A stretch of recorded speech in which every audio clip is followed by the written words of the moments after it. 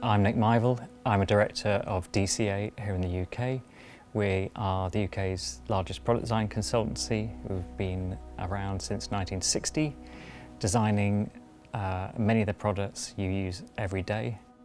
As a designer, I am completely comfortable with uncertainty and ambiguity.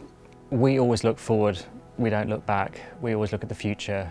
We always look optimistically at the future and how things could be better.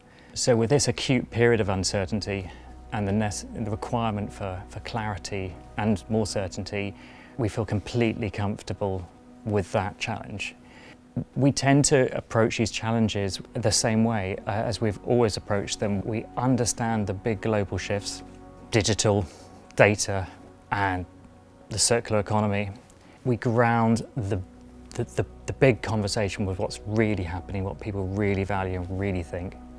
We then create hypotheses of what the future could be and how we could harness certain technologies to enable these kind of futures. And at the same stage, we paint a picture. You know, I'm sitting as a kid painting a picture of what I think the future could be. And that picture becomes a higher resolution of a hypothesis from a quick sketch all the way through to prototyping. And so this is how you de-risk this uncertainty. And you can show that picture to one person, no one, 100,000 people to de-risk this level of uncertainty. And you can iterate and iterate and iterate. If you're a large company, you iterate a lot and de-risk. If you're a smaller startup and you're nimble and agile and you want to take a higher risk, you may iterate less and you may show less people. You may work with your gut intuition versus evidence. Your assumptions will be based on less evidence. So some projects are more design-led, brand-led, and you might design an ID might take a lead. Whereas some projects are life-critical. We design many insulin pens. We've designed some of the leading insulin pens in the world, and a product like that has to work. It's life-critical, and the robustness and the engineering is the most important aspect of that project. So that will be an engineering-led project. But all of our projects involve all of our disciplines in one unified team. We design artifacts in a digital world. So we are the physical people. You know, form follows function. You know, we are Northern European, so we consider most of the devices or the artifacts we design to be part of a system where a user is trying to achieve something. More recently, these artifacts have become part of a greater system.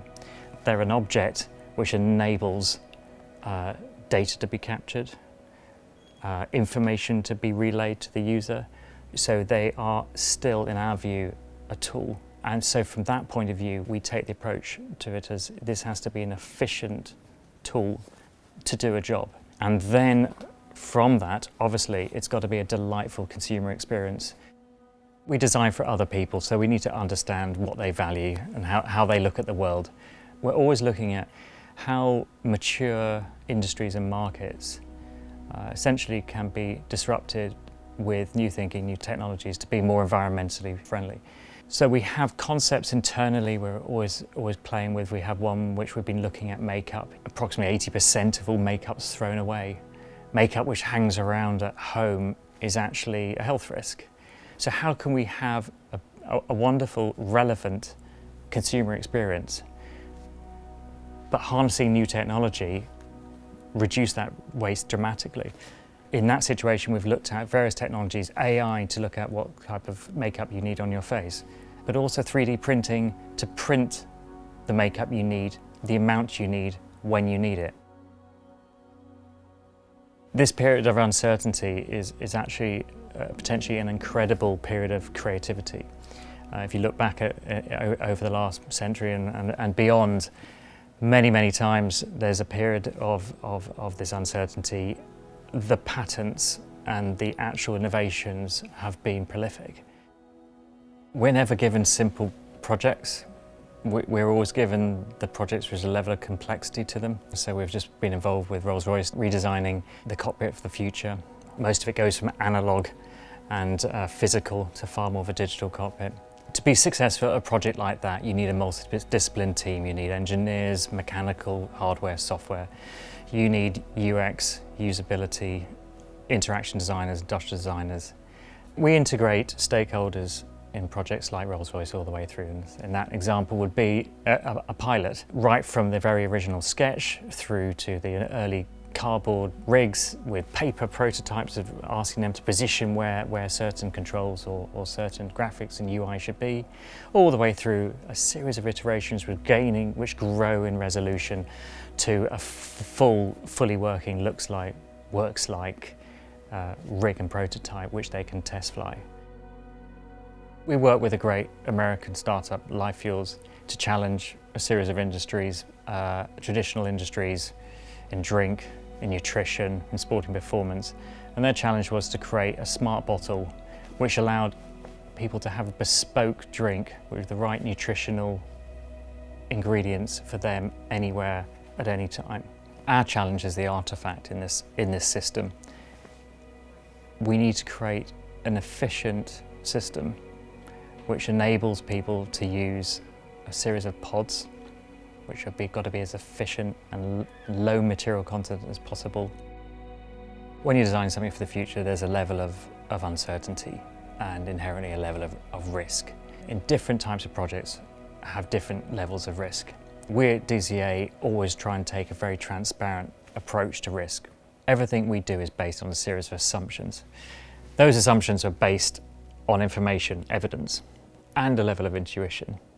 If the world changes, and the information changes, then the assumption needs to change and the recommendation changes.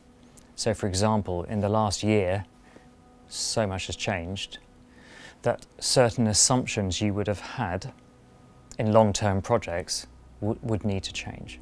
If you work in healthcare, you would have an assumption that a lot of the population are not comfortable with video conferencing. And that would be based on some evidence, especially the older generation who need a lot of this healthcare. The assumptions of how certain groups of people embrace new technology have completely changed. In the last year, if you asked my mother a year ago to do a video conference with her, she wouldn't have known what you were talking about. I now video conference with her most days a week. It's best not to innovate under a cloud of fear. You should really approach it optimistically as an opportunity to see the way people's behaviours change and see essentially how their values have changed, their needs have changed, but mainly how their behaviours have changed. We're very, very comfortable with ambiguity and uncertainty, and essentially what we've always done is try and create some form of clarity in uncertainty. What I love most is bringing together a wonderful creative group of people from different disciplines. I love to see how they bounce off each other and take creativity and ingenuity to the next level. I don't think there's ever a perfect design.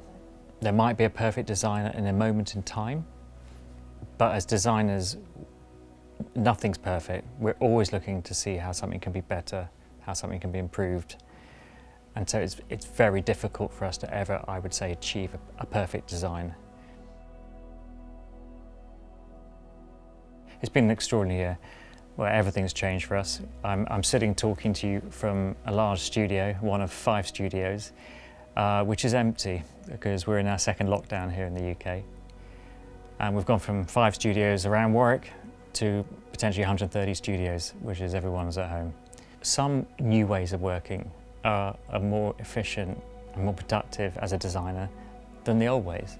We've found that working across the globe in workshops with clients through new collaborative online tools actually more productive than flying there and doing it. As well as embracing and harnessing these new technologies for our clients' businesses, the last year has prompted us to use new technologies more than we've ever done in the past. For example, that we are conducting more sort of front-end innovation workshops than ever before all across the globe, but all virtually, using co-creation and collaboration tools which enables 30, 40 people from around the globe to be brainstorming together and road mapping new strategies together more efficiently than potentially ever before.